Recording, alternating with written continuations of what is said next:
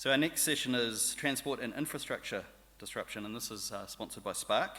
We've got a presentation this morning from Shannon and Bray, who's our most recent past president and landscape architect, and Graeme McCarrison, the property management and engagement and planning manager at Spark, and they're going to talk to us on technology that changed a landscape. Welcome to the stage.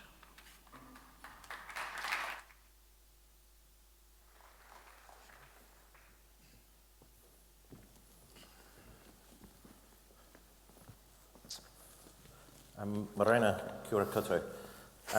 It's great to be back here in Christchurch, and thanks to the team who've put this together. I remember sitting in a pub with you about 2 years ago and saying, come on, let's do a Christchurch event, let's make it massive, and you guys have stayed there. I departed and you guys have put it through, and it's wonderful to have you, to be here with you.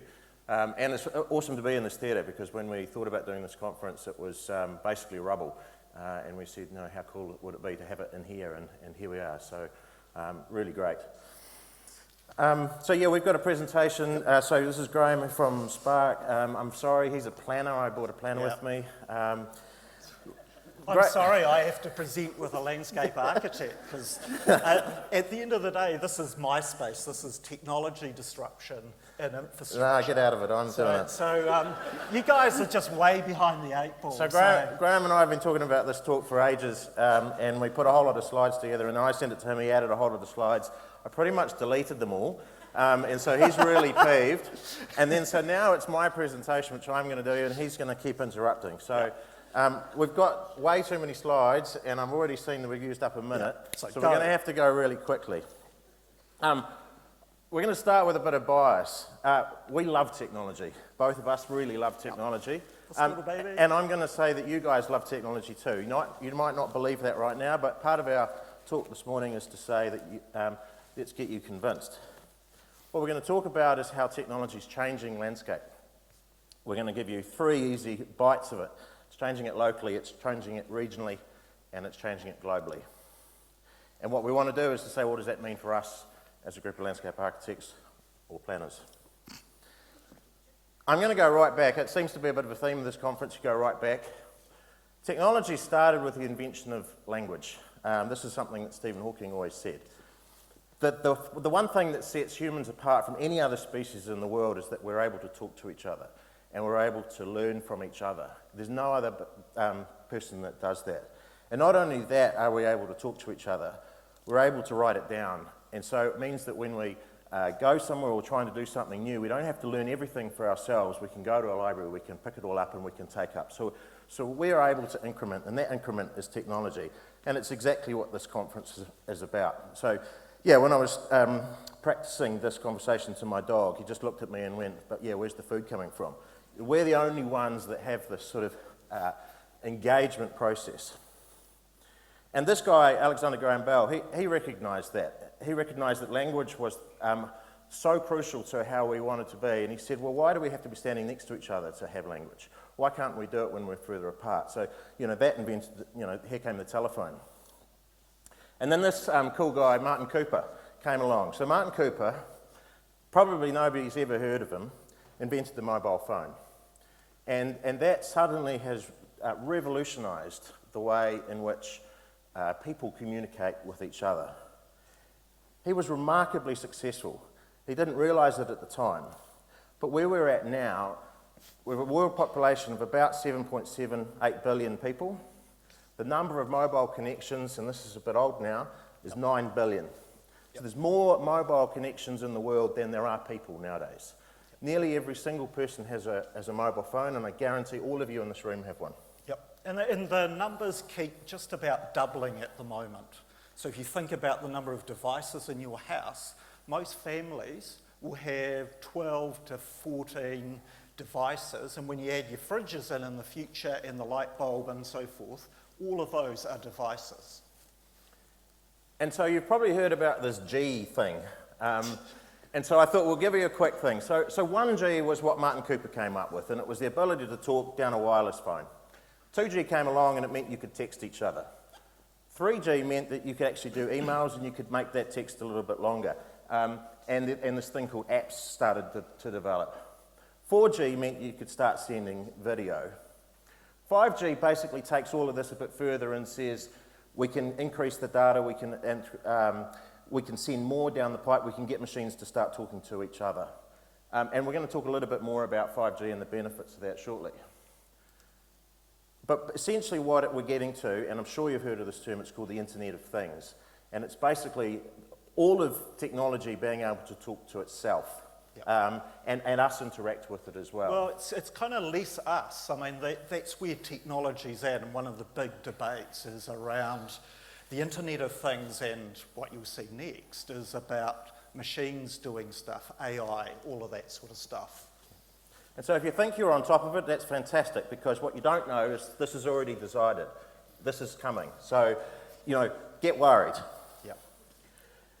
And we want to talk about this guy. Well, we actually don't want to talk about this guy because basically everything he did, I love Steve Jobs, but pretty much he nicked everything.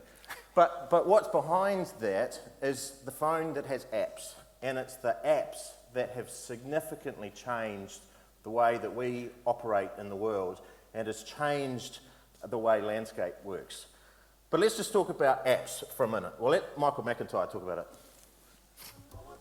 When your phone runs out of battery, it's like your life is over. How am I going to live? How am I going to live? I've got no power. My phone's dead. My phone's dead. You suddenly miss all these things. I can't look up on Google. I can't look at photos. I can't receive calls. I don't know what I'm going to do. The maps, I might need the maps. I don't know what to do. But it wasn't so long ago, okay? Many people in this room will remember this, that we used to not have mobile phones. And it wasn't such a panic when we left the house. We didn't used to leave the house and go, oh, I don't think I can leave all this stuff behind. Can you open the boot? I'm going to need to bring all my encyclopedias. I might need to look something up. I'm going to bring some board games. Is that all right? I'm going to take some board games. Every photograph I've ever taken, I'm going to take all of those. My A to Z, my Ordnance Survey map. All my record collection, my entire... I'll need the back seat as well. All right, I'll take that compass. Oh, and the torch. That's fine.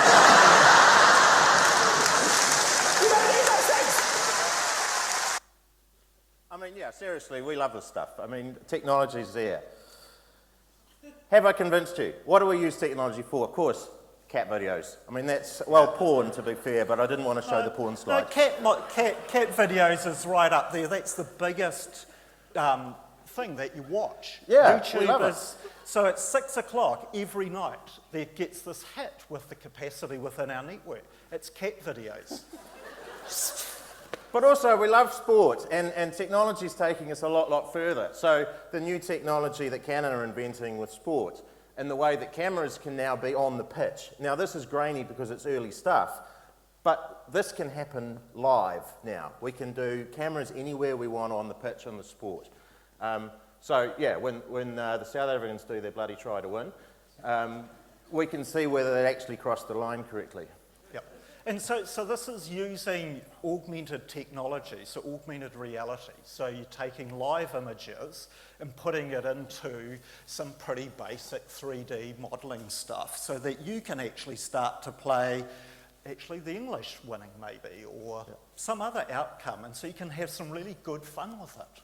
That's right, and so America's Cup, it's becoming really important, and I promise this is the only one that was a bit of a plug for Spark, to be fair. No, the last one was too, remember Spark Sports? We just disrupted the whole sports industry. Yeah, that's brought right. New Zealand actually into the modern world. Yeah, we did. We've got choice.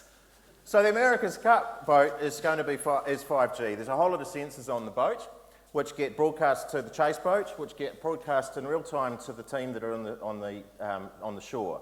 So what it means is, as they're testing their boat and looking at things, the team on shore can do all of the analysis on shore and tell the skipper on the boat in real time exactly what's happening with the boat so that they can make adjustments.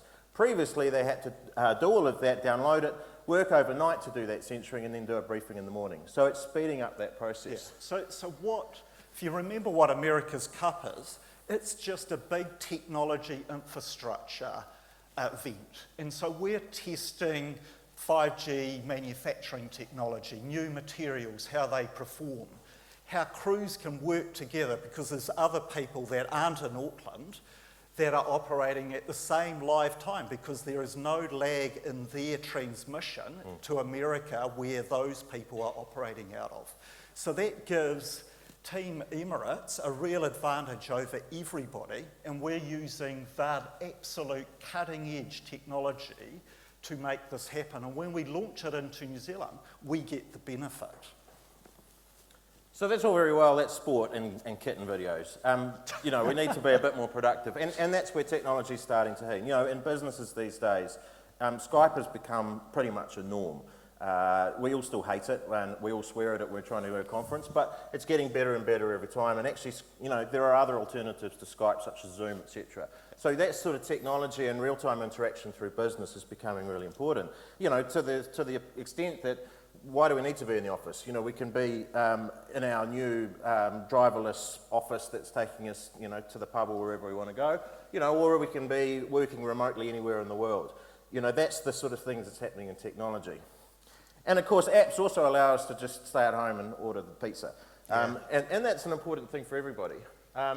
Or we can order shopping. And, you know, a good mate of mine recently went to the US. He arrived into the hotel after a long flight, realised that he'd left his mobile phone charger at home. So he went on his phone and he went on to Amazon Prime. He ordered a new mobile phone charger. He went to sleep, woke up the next morning, it was in the hotel foyer. That's how quickly and how technology is helping things or changing the way that we interact with the world. You do your phone and I'll do the next one. So this slide's a bit old because Shannon wanted to have an effect thing. My slide was just a little bit black and white. But the message in this is that the amount of data in the world, so information in the world, is only as much as what was produced a few seconds ago. We produce more data in the world now faster than ever, and it keeps growing, and it's because our phones, every device is producing stuff that contains information we can actually use. And so, you know, that shows a trend over the last few years, and it says, on average, in 2017, 3 gigabyte. I mean, my data cap at the moment is 20 gigabyte. I don't know what year. So, yeah, have we convinced you that, you know, we love technology? Surely everybody's into technology. And I'm sure, you know, we're all familiar with Maslow's hierarchy of needs. And you've seen this, of course, that, you know, we're talking about the do or die needs here at the bottom. You know, how would we survive without being connected to the internet? To be honest, I don't really, you know, it's a bit of a joke that I think actually what we're really talking about in terms of the technology so far are the self-actualization and sort of esteem needs. So, you know, we're doing technology because we want to show how good we are and get better at stuff, and we have that desire to keep growing. But what if we started talking about technology on this basis, where we start talking about safety needs, security, food, water, warmth? You know, and this was touched on in some of the presentations yesterday. I think this was... And this might have been a slide that Shannon cut out originally. But this slide is critical for us. This is about New Zealand companies, all of you as professionals, meeting all of these sustainability goals. Climate change is only a bit of it. So we need to be thinking about this all the time and going back and questioning what we do and how we do it. So yeah, everyone should have this on your desk. You know, and Susan from Left Field Innovation yesterday talked about, you know, sustainable farming and how they're using technology. You know, farms in Cambodia and places like that are using smart energy systems, sensors in the farm to really be able to get more produce out in a more sustainable way. And Antwi talked yesterday about Streetwise. I couldn't help but needing to put that in. I mean, that's actually using technology, mobile technology, to get communities together, to actually help them get better food. You know, I thought that was a really inspiring use of technology. You know, and of course we use technology for playing games while we're standing in water. As it seems, I think that's what that guy's doing. Or, you know, in natural disasters, the idea of having a mobile phone which has a battery and theoretically a data network that is secure because it's up on a hill or something means that people who are in trouble can get connected when potentially the lines that are behind them are flooded or broken. or damaged. And I'm sure some of you have had experience with that. That's about your resilience of the network and so forth, and the next one's about that as well. That's right, because what it means is if they're in trouble, we can use a drone and a technology to get food or whatever it is directly to the people that need it. And in emergency situations, you know, phones are becoming incredibly important, and I'm sure you've been through this too. When something happens to you, whether it's a major event or a small event, you know, the first thing you do is you check yourself, are you all right? You probably turn to the people next to you. The very next thing, the very third thing you do is you pick up your phone, you phone your loved ones, are you guys all right, where are you? Let's connect. You know, so it's helping people with that sort of trauma, post-trauma.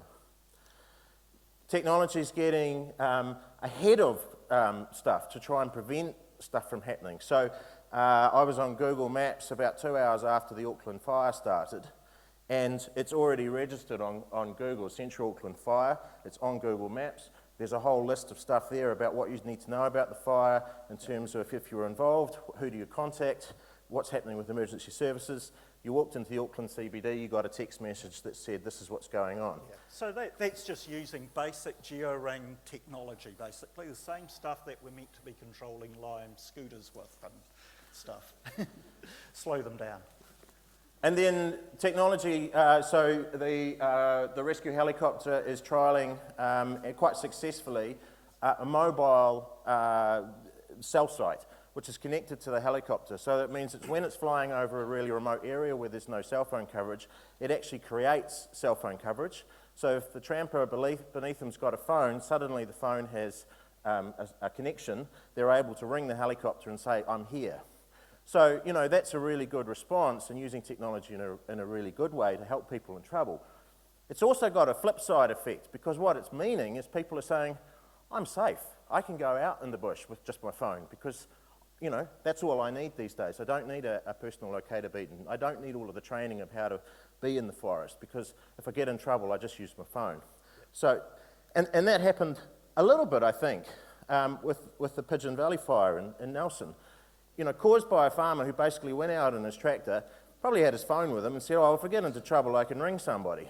Well, he did get into trouble, created a fire, couldn't ring somebody because there was no cell phone coverage. It took a passerby to notice that something was wrong, turn around in their car, drive down to the end of the valley and then call somebody.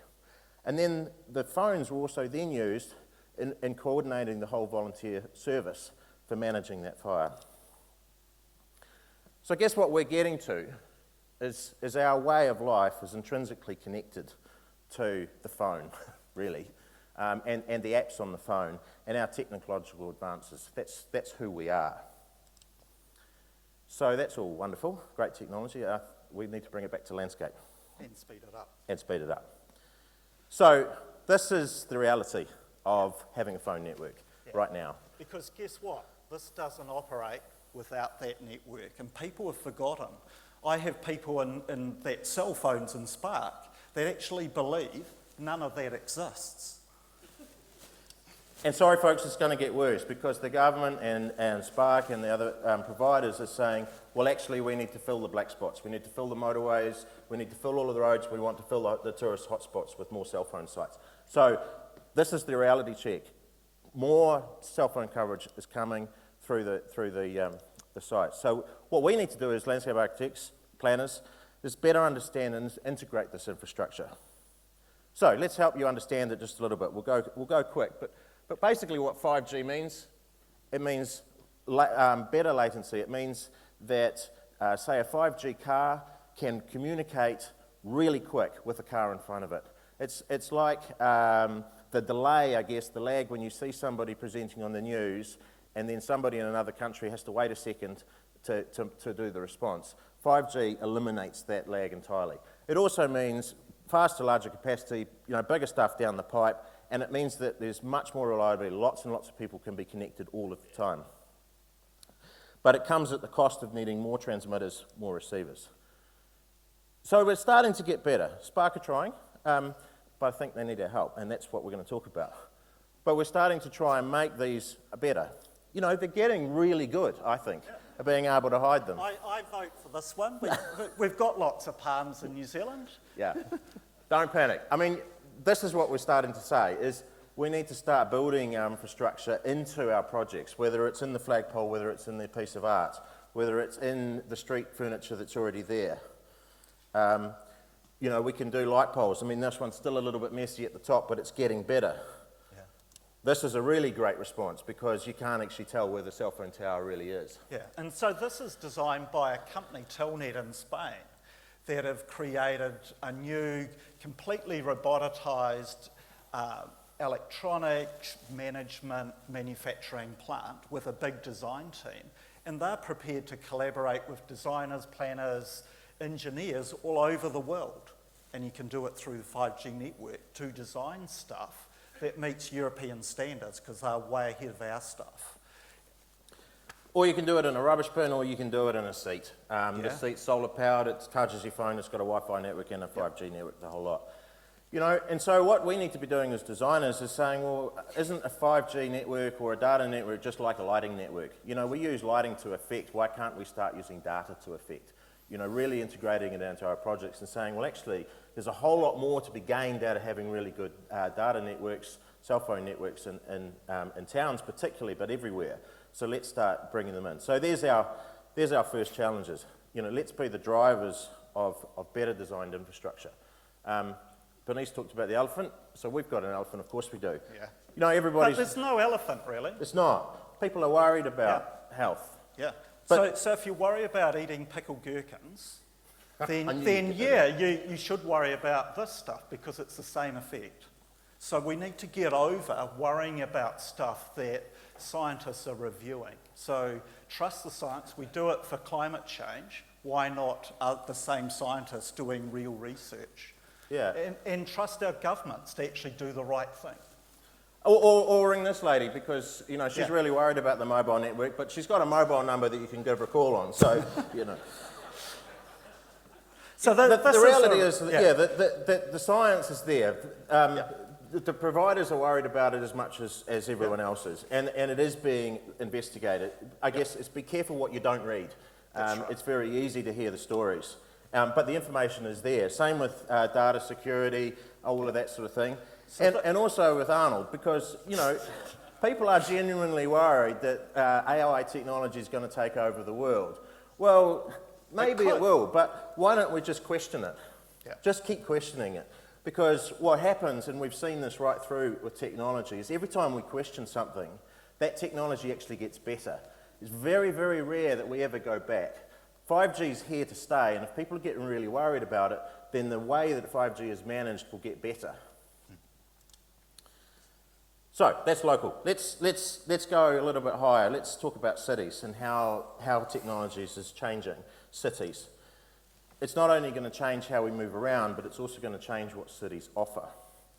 At a really basic level, it's just, you know, smart street lights. Street lights that turn off when there's no cars there, so that just saves energy. Or It's not a very smart one, though. I mean, you could go out and buy off the shelf one that's got Wi-Fi, security cameras, a range of sensors to produce all of that stuff. So why do you buy these dumb ones, basically? Yeah. So actually think about what's actually available. Yep. 5G cars, we've talked about that. Driverless cars, I mean, they're here to stay.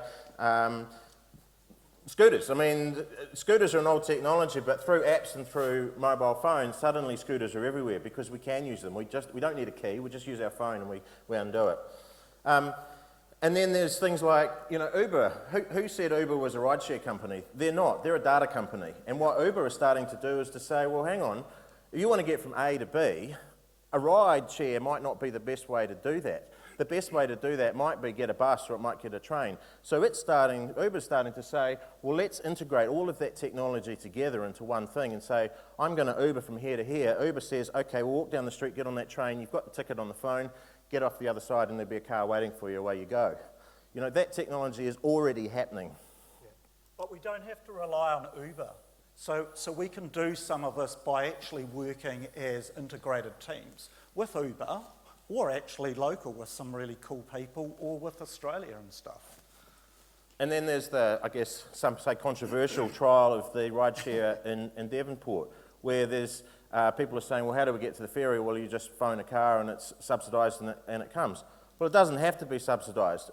In Sacramento, they got rid of bus routes. They don't have bus routes anymore. What you do is you have a phone, you say, I'd like a bus and I'd like it to pick me up at around this time and I want to go there. The app will say, okay, no problem. The bus will turn up when it says it's going to turn up. You get on the bus and it'll take you where it needs to go and you'll get to the destination at the time it tells you to. It's all being worked out and delivered, and it's the same cost as public transport. So yeah, no more bus lanes. So what does that mean for us? It means, well, when we're starting to design cities and design streets, we need to suddenly think about, our road cross-section. We just haven't got cars anymore. We've got buses, we've also got bikes, we've got scooters, we've got people walking, we've got different people going at different speeds. And of course, we've got all the stuff underground, which we always forget to put in the drawings. If you as designers kind of remember that if you design from below the ground up, then it provides opportunities to do cool stuff for the future instead of trying to put it in at the end. And of course, I forgot, we've got to put a canal in there as well. I forgot about that from yesterday. Probably lots of green stuff into that. So just add that canal in. And reduce the size of the road just to annoy a few roading engineers. engineers. We don't need the roads anymore. Apply a few apps and then we can cut down the number of cars because they can actually integrate better.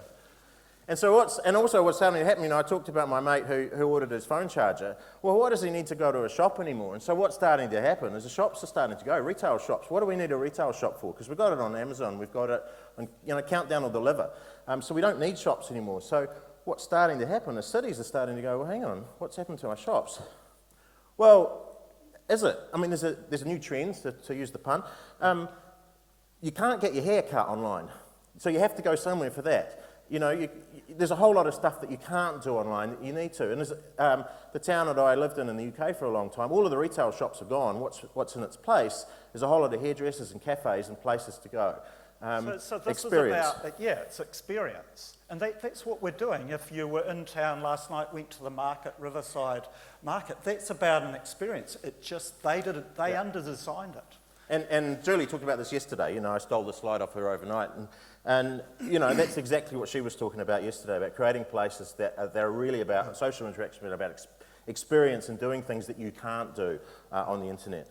We're preaching to the converted here because we know that this is all the stuff that we do. It's about creating places that we want to go because we want to interact with them. But it's not going there because we want to do the shopping. So, as our second challenge, we need to adapt to changing in our cities. We need to go faster. Yeah. Right, globally then, really quick. It's changing faster than ever. I mean, the thing with global is technology means that news, 5 minutes here, we're right. It's available, and the breadth of information that we can get is incredible. You can go onto the news 10 times a day, 20 times a day. You don't have a paper delivered on your door in the morning and you only get what they say. But you can have anything. Remember, someone has to pay for this, so we have to sort out that. Nothing is actually free.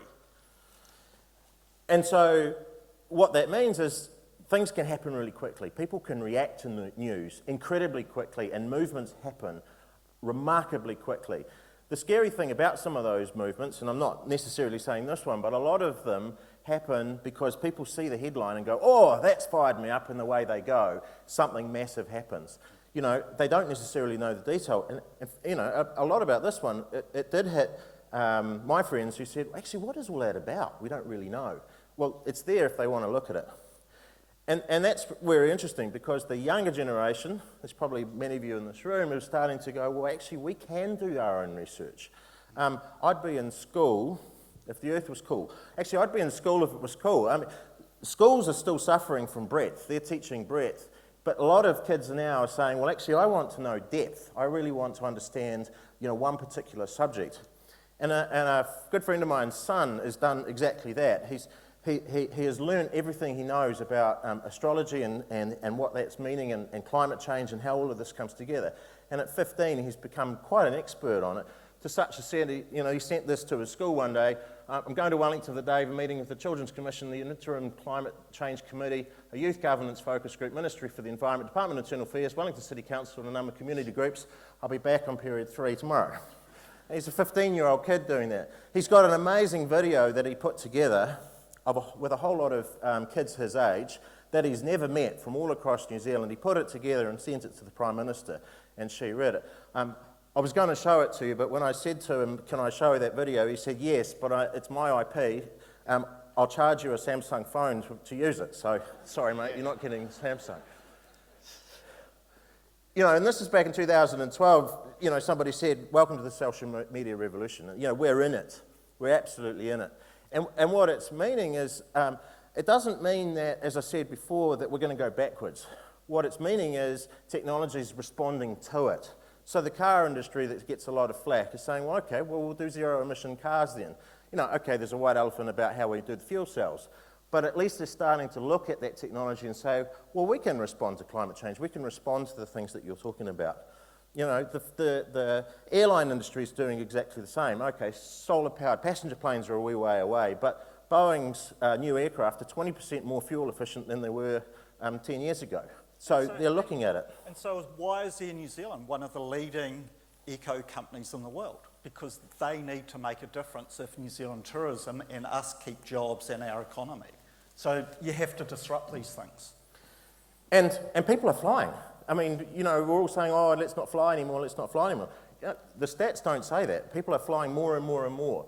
And what's happening is people are getting much, much further. They're getting to much more remote locations than we ever used to do. It's no longer saying, oh, you know, a week in Bali for a trip would be lovely. We're actually saying, how far can we go? And it's enabling more people to be able to do it. You know, Mount Everest, you know, is an easy climb these days. Maybe not for me. And equally, you know, some schools, some universities are responding to that and say, well, why do you have to come to university? Why can't you get do your degree, all your learning at home, wherever it is that you want to be? So one of the ways that we're going to adapt to rapid change, because it is by having micro-qualifications. So for me, to stay relevant, and if I get made redundant, I'll go off and do a micro-qualification to get relevant again. And that's where education's moving to. Yeah, so I guess the landscape architect as we know it today, I mean, that's already starting to fragment because people are becoming, you know, micro-specialists. And so you can be anything you want to be. It's your skill set. In fact, you know, what I'm suggesting is that it's no longer about what we know. Actually, what's starting to be the case is it's about how we apply it. And I think the easy way to look at that is, you know, watch MasterChef, and you watch these guys make these amazing dishes, and you think, wow, I could do that. You get the recipe, because it's all available, and you make it, and it's bloody terrible. So it's actually about the way they've applied it, and that's the way the change is happening, that knowledge is available to everyone today. And so for us, if we go back and think about, got all that data, you've got yourselves as design experts. And that was this guy, wasn't it? With great, yeah. This is Graham's design of what he looks like, apparently. So it's bringing people like us together, but increasing the diversity of those professions that we haven't thought about, and that's data analytics. My niece has just finished university. She's got this cool job, nothing that existed probably a year ago. She's multiple degree in accounting, one and also as a drama director, producer, was going to go and work for Weta. She's now working for an advertising company doing data analytics to enable them to communicate and do different sorts of advertising. So data analytics becomes this. Yeah, so that's our challenge number 3. And, you know, the global world, how are we adapting to a new range of experts? Are we landscape architects anymore, or actually are we just people that know a lot about a particular subject? And it's that skill and the way we apply that subject, that's what people want. With a range of people that you openly in an agile environment work. Sorry, that's a spark dig, basically. But if we're going to adapt, we actually have to look at how we do decision making, how we actually work fast and make the right decisions in this world environment. We're on 40 minutes, 12 seconds, right. So technology's here to stay. It's changing the landscape around us. Locally, we can influence it by changing the infrastructure and integrating that infrastructure. At a city, at a regional level, we can design for the changes that it's resulting in. We can re-look at what we're designing and say, actually, how's that going to be in the future? Globally, we can embrace new specialism and knowledge. Awesome, thanks.